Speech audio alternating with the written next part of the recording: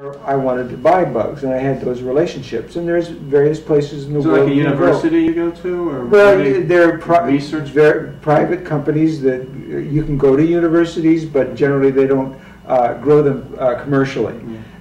More for research purposes. Okay. If you want to have your organisms typed, you usually go to the big repositories. In fact, America has the largest repository in the world, which is called ATCC, which is out of Virginia.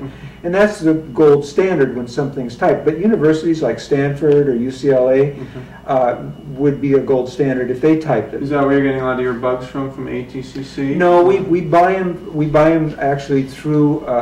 Well, we have several groups of scientists we work with. Okay. So we have what we call our American collection, which are gotten through our relationship with American scientists and growers, and then we have our, like you said earlier, Bulgarian collection, and rightly so. I feel very privileged to work with the Bulgarians because they have such a history of using fermented foods in their medicine, emanating back from the time of Menshikov. And so our lead scientist in Bulgaria is a gentleman in his mid-70s. Oh, wow. And he's a research scientist. He's also a veterinary medical doctor. Okay. His daughter's a research MD medical scientist.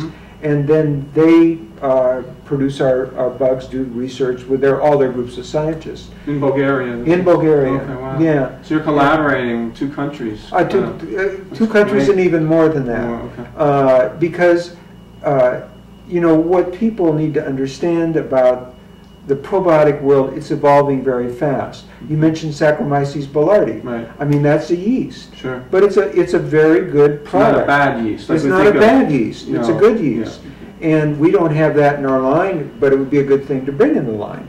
But there are other great companies that would have it out there.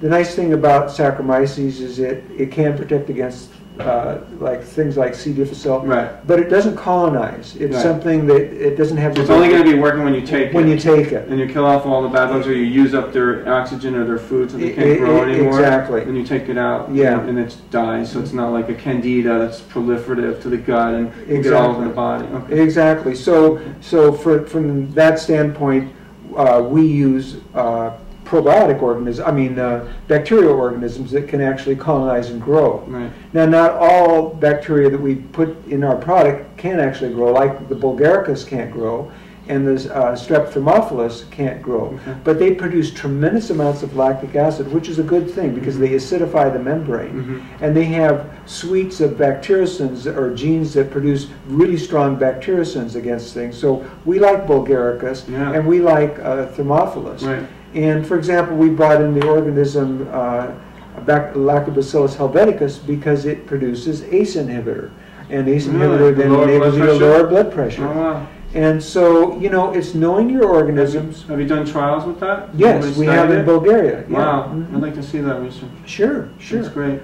And so there's a lot of factors when you are trying to do a good job with probiotics. Number one is how the bugs are grown.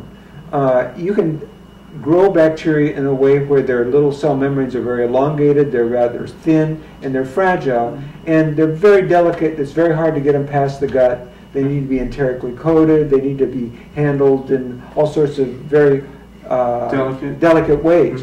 We, through our growing procedures, are able to grow bugs, and it has to do with how you feed them.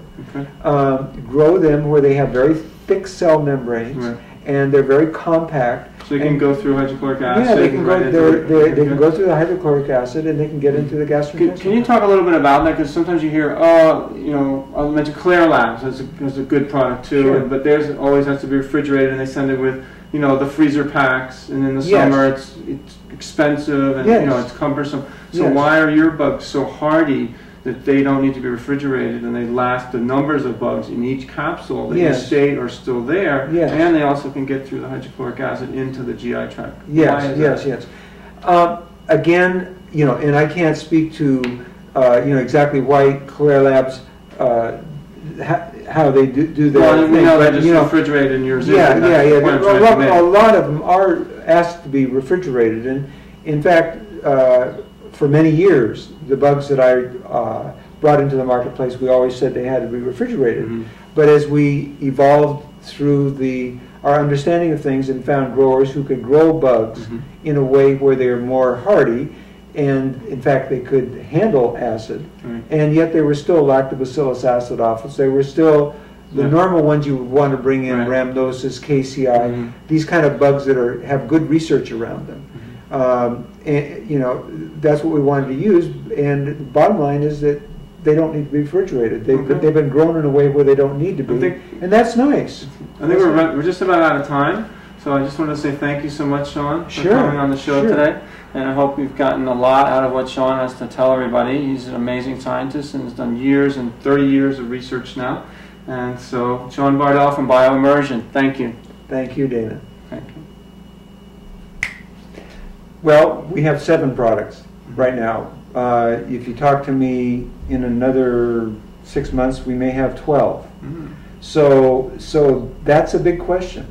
You know, everybody's body's different. We have one that we call the original symbiotic formula. That one I call Good Bugs and Fiber. And it's just organic chicory fiber and 5 different good bacteria. These are bacteria that we trialed against stopping heterocyclic amines, which are cancer-causing compounds that are generated when we eat a lot of red fried meat, barbecued meat. It's coming the summer season, and those cause colon cancer. These bugs, all of these bugs neutralize heterocyclic amines. They also neutralize mold. Mold mycotoxin causes all sorts of neurotoxic things. They neutralize that. So these are very good bugs, and they love chicory fiber, and they grow on chicory fiber. A lot of doctors who treat autism use this product, and it tastes very naturally sweet, and so it's a very nice, easy product to take. But that's a good product, but I'm not saying that's necessarily the best one of my products. I would say every one of my products is the best one for an individual, but you can kind of... So say if the public wanted to take one of your products, it's an average product for the, you know, a guy who's not sick, but he has the... Well, I would say perhaps the original we were just talking about, or I'm going to go one step beyond that and say the beta-glucan symbiotic formula.